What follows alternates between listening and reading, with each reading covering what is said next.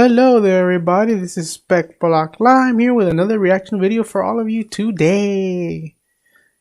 And just in case, I'm going to say this quick message. I'm not going to say it in every video because I'm not going to remember every time, but I will try to say it in some videos every once in a while. Maybe together, maybe video back to back, or maybe video for one video and then another video from now. This is a react channel. If you guys want to watch the original and not have my voice in the background annoying you, please go watch the original. You go enjoy that. And if you want to come back here and check us out, that'd be great. We really want it. So anyways, this is a video from the channel MrBallen.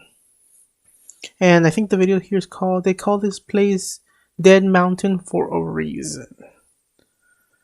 I think I know what this might be about, but I'd rather hear the video, and then if I do know, I'll make a comment of what it is about. But let's get on to the video and see where we go. So here we go. Her eyes were missing, her tongue was missing, parts of her lip was missing, and a portion of her skull had fractured, and a piece of her skull had been removed. Hey, what's going on, guys? MrBallen here from TikTok. I'm your resident scary storyteller. Today, I have a really cool story. It's actually one of the first kind of unsolved mysteries that really captured my attention and drew me. I think I might have an idea, but I want to hear what MrBallen says first. Unsolved mysteries that are out there. The too long didn't read version of this is you have 9 highly experienced hikers. Okay, sounds like what I think it might be. And die under extremely mysterious conditions. Okay. There are photos and journal entries. I mean, there's just a preponderance of evidence, but no one can make any sense of it. And to this day, it is one of the single most interesting things that I've ever found on the internet. So, in 1959, 10 hikers decided to head out on this 190-mile journey through the Ural Mountains in the northern part of the Soviet Union. Now, this was not it might be the video I'm thinking about, or the story. To this group of experienced hikers. But I just want to hear a little more. Completing this 190-mile journey, they would receive their level 3 hiker certification, which at the time was the highest in the country. So they would be the top dogs in hiking. So on January 25th, they set off on this 16-day, 190-mile journey. The group was in good spirits. The pictures of them, they were happy. All right. They were on. I don't think I've ever seen pictures like that. I didn't research it hard. I just heard about it. It's like critical juncture in the trip. If it's the one I'm thinking about. This mountain pass that actually was subsequently renamed the Dyatlov Pass. There we go. Okay, so this is the one I'm thinking about. The leader was Dyatlov Pass. If I'm saying it wrong, I am sorry. They need to negotiate this mountain pass, and so they set up camp. If you want to correct me down below, it's fine, but I'm going to try to do the best I can. So maybe instead of saying the whole name, I'll probably just try to say pass instead. Because I already know the story right now. So early the next at least the area. They get up and they begin their ascent through this mountain pass. But unfortunately, a very bad weather system rolled in and it pushed them off course. All right. And in fact, it pushed them onto a different slope that the local Mansi tribe called Dead Mountain. And so they get pushed off course. They're not going to get to the mountain pass. And then one of the first strange things happens. For some reason, now this group of experienced hikers that should have known that their best... Yeah, that's weird that they're supposed to be experienced, and you think one of them would have said, maybe it's better if we just don't go. Find somewhere that was more protected to spend the night, because at this point they got to set up camp somewhere.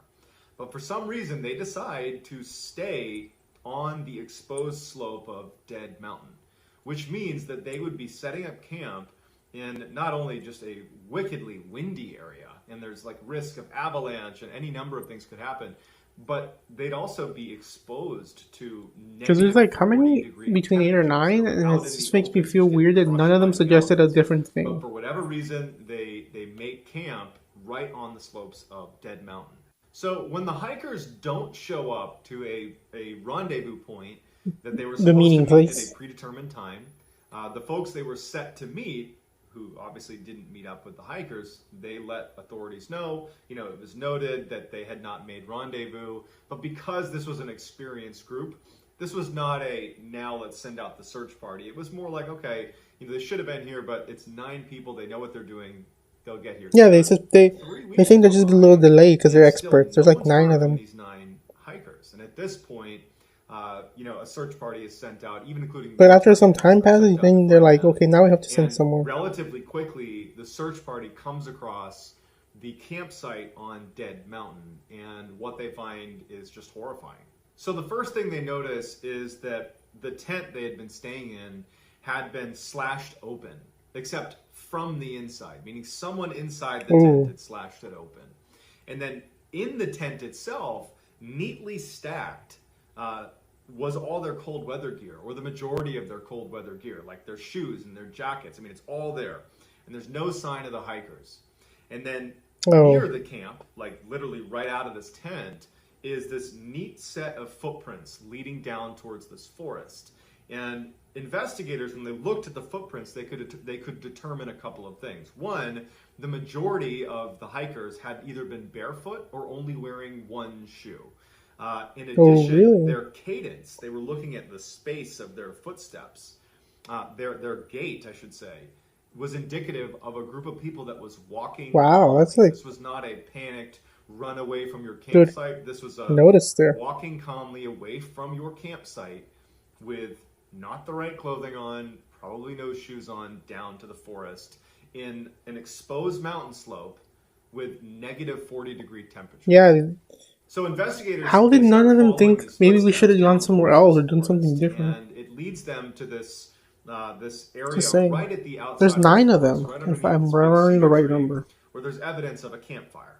And around that campfire are 2 of the hikers' bodies. And they're just wearing underwear, they're barefoot, and their hands had been like scraped. The palms of their hands had been badly scraped.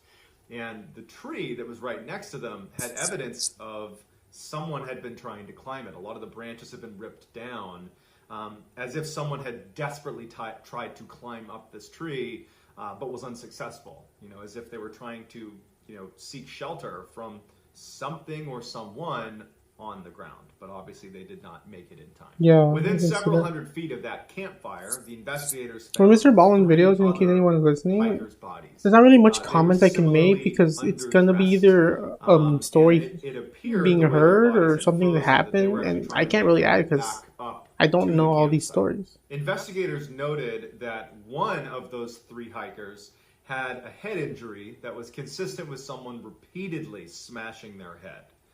Another of those 3 had a strange rectangular bruise on their side. Okay. And then, oddly enough, while they were underdressed, each of those 3 were wearing the other's bits of clothing. It was like they all collectively put on the wrong clothes. I remember hearing this, that sometimes you get so cold that for some reason you become warm, and then you take off your clothes. Found, and what they were wearing, or I guess what they weren't wearing, it was determined that they all died of hypothermia and that there was no foul play.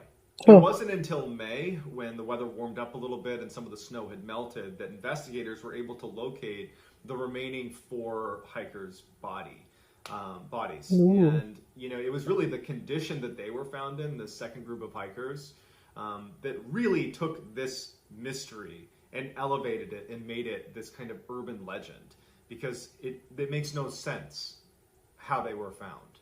So the remaining 4 were found in this creek bed that came to be known as the Dyatlov Den. They were buried under about 13 feet of snow. And so of the 4 bodies that were found in the Dyatlov Den, one of them had simply died of hypothermia and kind of was a lot like the first group, right? There's no severe injuries, really, just they died of hypothermia. Yeah, normal, kind of. The other 3, that was not the case at all. The 7th hiker had a skull fracture that occurred right before he died. The 8th hiker had these extreme chest fractures that it was almost like he'd been hit by a car. The 9th hiker really was the most unfortunate. Not only did she also have her chest kind of caved in, but her eyes were missing, her tongue was missing, parts of her lip was missing, and a portion of her skull had fractured, and a piece of her skull had been removed. Even more bizarre is, in this second group, they had all taken pieces of clothing from the other, indicating that they had all died at different times. It was like one would die, and then the other hikers would take their clothes and put them on. And then someone else would die, and they would take their clothes and put them on. And I guess even stranger than that is the clothes themselves had traces of radiation on them. Oh, wow, the really? Soviet government was quick to close the case. They cited, either a natural disaster or, perhaps the hikers' incompetence as the result or the reason. Yeah, I feel like that's at least partially to blame for what happened, because how is it that there's 9 of them? And even before they started doing the camping part up here, why didn't they rethink things before about early on where they were going to camp, what they were going to do? Soviet people, they started to believe a couple theories. One of them was there was this local Mansi tribe that was in the area that perhaps ambushed the hikers and killed them. That would kind of explain the reason for the hikers suddenly abandoning their tent. That is interesting. Not being dressed, and also the injuries of the second group. That could be explained by an attack by this Mansi tribe. But there was a couple issues with that theory. One, the Mansi tribe is known as this incredibly peaceful tribe. That it's just very uncharacteristic for them. There was also no other footprints leading into the area. It was just the footprints of the hikers that were, in the area. Yeah. Another popular theory is a swift and violent avalanche. That sounds like it could probably make sense to a point. They hear it at the last minute. They jump out of their tent, cut it open. They go running.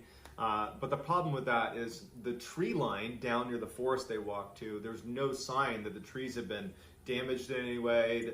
There weren't any debris from an avalanche like there would be. Yeah. And in that area, there were locals like the Mansi tribe, and they didn't report an avalanche. They didn't hear an avalanche. And in fact, historically, there's no proof that it happened. Then it probably didn't happen at least not at that time. There still has never been an avalanche there. Another popular theory is that the reason they left their tent in the first place is because when you get hypothermia, it can cause you to actually believe, kind of paradoxically, that you're actually too hot and you start stripping your clothes. Oh yeah, I feel like that one was combined. I don't know if that's its own individual. Again, that doesn't really cover down on the events. I feel like it was combined with something and then, else. Of course, with any sort of unsolved mystery at this magnitude, there's theories that range from government cover-up to like a Yeti attack or an alien abduction. Yeah, this those case are some interesting was ones. Closed, and the Soviet government kind of just gave a fairly ambiguous answer as to why. Authorities actually officially said that the cause of death for these hikers was a compelling natural force that they were not able to overcome. I could believe that something natural happened, but even though it's kind of weird that they just discounted it so easily like that. Force. It's not saying this was a natural disaster necessarily. They're just saying it was a natural force. Which is just a very interesting way to put it. But either way, the case was closed, and that was that. But in 2019, Russia actually officially reopened this case, and they decided they were going to get to the bottom of it, because this was a case that, it is quite high profile in the world of kind of unsolved mysteries. I think if you Google top 10 unsolved mysteries, the Dyatlov Pass is going to come up in that top 10. This is just one of the more well-known cases. Yeah, so it's one of those mysteries that'll always be around and probably will never be solved, but maybe in the future we'll get more concrete an ice slab or a speculations of what really happened. Hitting them, an avalanche, or a hurricane. But unfortunately, despite diving into this and doing their diligence, they really didn't come to any sort of conclusive conclusion. They closed it, I should say, much the same way they did back when it actually happened in the late 50s, which is... Oh yeah, I forgot this happened in the 50s. They did, that was it. It was really unsatisfying. The only real conclusion that they made in 2019 was that no criminal activity was indicated. So whatever happened, they're saying was natural. It was not, Yeah, they're trying to say that there's no proof that someone, at least not another person, was involved in what happened. Unofficially, I would say this mystery is not even close to solved. And I'd love to hear in the comments what you think happened at Dyatlov Pass. So that's going to do it, guys. I encourage you to go check this out. Dyatlov Pass. There we go. I said it a little bit correctly. And please, if you haven't already, subscribe to my channel. And also, please turn on notifications so you don't miss any of these stories. I'm going to be putting these out weekly. Oof, It'll that's a lot range of from work right there. mysteries, But if that's what he scary wants to stuff, do, to Mr. Ballen. disturbing, creepy stuff, kind of just generally interesting, darker content is going to be the focus of this channel. Also, be sure to check me out on Yeah, TikTok. I'm letting My handle all is that Mr. stuff be Ballen, plugged in. same as my YouTube So, channel. give credit Also to on the Instagram, creator. my handle is JohnBallen416. So they can keep making stuff that I That's can going to do it, look guys. I at. hope you enjoyed it, and I'll see you next week. So yeah, like I said, I'm not going to be able to talk too much about certain things because most of this is story, and the point is to listen a little more. Yeah, you can make a few comments, but there's not much I can really add. All I can say is a few things.